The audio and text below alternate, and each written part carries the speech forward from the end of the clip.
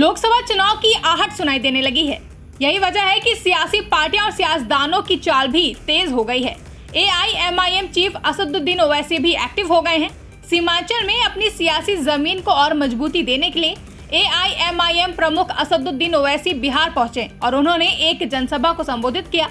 असदुद्दीन ओवैसी ने कहा कि AIMIM अब किशनगंज लोकसभा सहित बिहार की कई सीटों पर अपने उम्मीदवार उतारने की तैयारी कर रही है। ओवैसी के निशाने पर खास तौर पर तेजस्वी यादव और राजद की राजनीति रही। उन्होंने कहा कि तेजस्वी यादव ने मेरी पार्टी को तोड़ा, लेकिन अब कहीं मुंह दिखाने के काबिल नहीं है। आप भी सुनिए।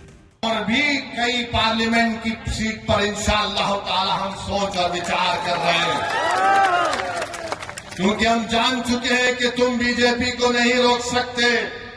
मोदी को अगर कोई रोक सकता है तो इंसाफ पसंद लोग रोक सकते हैं।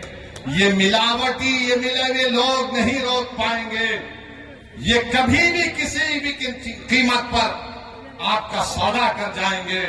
तो हम आपसे अपील कर रहे हैं कि अपने मुत्तहिद रहिए, मजलिस को मजबूत रखिए, क्योंकि मगरिब का वक्त भी होने जा रहा है। हम आपसे आपके वोटों से मुंतखब शुदा, आपकी दुआओं से मुंतखब शुदा चारों विधायक को उन्होंने खरीद लिया। अब बताइए कौन जिम्मेदार है अगर आज बिहार में बीजेपी की सरकार है? तेजस्वी से पूछेंगे तो तेजस्वी बोलेंगे चाचा हमको छोड़कर चले गए। नीतीश कुमार से पूछेंगे तो अल्फाज चाप चाप कर बोलेंगे हम मर भी गए तो नहीं जाएंगे, अब कह रहे हैं कि हम यहीं रहेंगे। यानी नीतीश कुमार, अगर गिरगुट और नीतीश कुमार को सामने रखा जाए तो गिरगुट कहेगा कि मुझे इससे शर्म आती है। इतना रंग बदलते नीतीश कुमार, सुबह में जो बोलेंगे शाम तक चाचा पलट जाएंगे। अरे जब तुम सत्ता में तेजस्वी चाचा के साथ आ गए तो बड़ा हाथ पकड़कर चल रहे थे, गले मिल मिल कर बोल रहे थे कि हम ये कर देंगे। बताओ फिर क्या हुआ? क्या सीमांचल की जनता से इंसाफ हुआ? क्या सीमांचल में यहाँ पर आप ही के इस विधानसभा में यहाँ पर 2 अनुमंडल की जरूरत थी, क्या एक अनुमंडल खुला? 10वीं जमात के इम्तिहानात चल रहे, हमारे बच्चों को तकलीफ होती है, यहाँ की जनता को तकलीफ होती है, मगर सिर्फ खेल सत्ता का है और सिर्फ कोशिश यही होगी कि कहीं से भी किधर से भी सीमांचल की जनता से इंसाफ ना हो। मैं पहले भी आपसे कहा हूं और आज फिर कह रहा हूं मेरे भाई, जब तक अल्लाह असदुद्दीन ओवैसी को जिंदा रखेगा मैं सीमांचल की लड़ाई लड़ता था, लड़ रहा हूं और इंशाअल्लाह ताला लड़ता रहूंगा। सीमांचल हो जाता है। तेजस्वी यादव को जरा सोचना चाहिए था कि जब तुमको मजलिस की जरूरत पड़ी तो अख्तर अली मान को बुलाया और बोला कि अख्तर भाई हमारा साथ दे दो। तेजस्वी तुमने जो 4 गुलाब जामुन समझकर हमारे विधायक को खा लिया, वो हजम कर गए तुम उनको?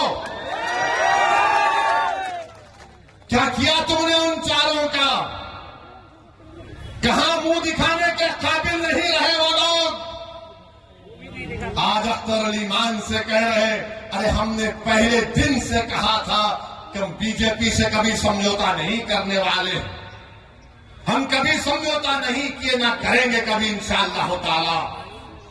2 मरतबा नीतीश कुमार को तुमने मुख्यमंत्री बनाया और 2 मरतबा नीतीश कुमार ने बिहार की जनता को धोखा दिया और बीजेपी को सत्ता दी। मगर बताओ इनकी जबानें बंद है, जबानें बंद है, कुछ नहीं कहते।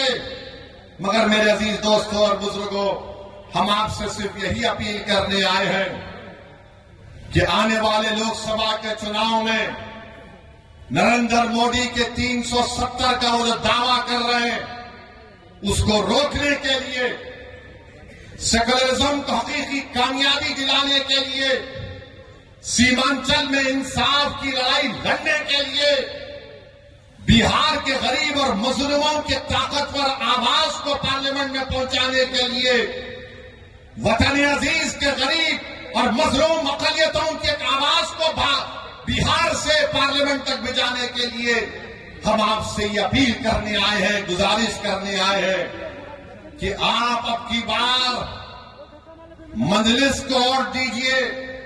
जो लोग सेकुलरिज्म की बात करते हैं वो सिर्फ तुम्हारा वोट लेना चाहते हैं और उसके बाद वो बीजेपी को इख्तियार देना चाहते हैं।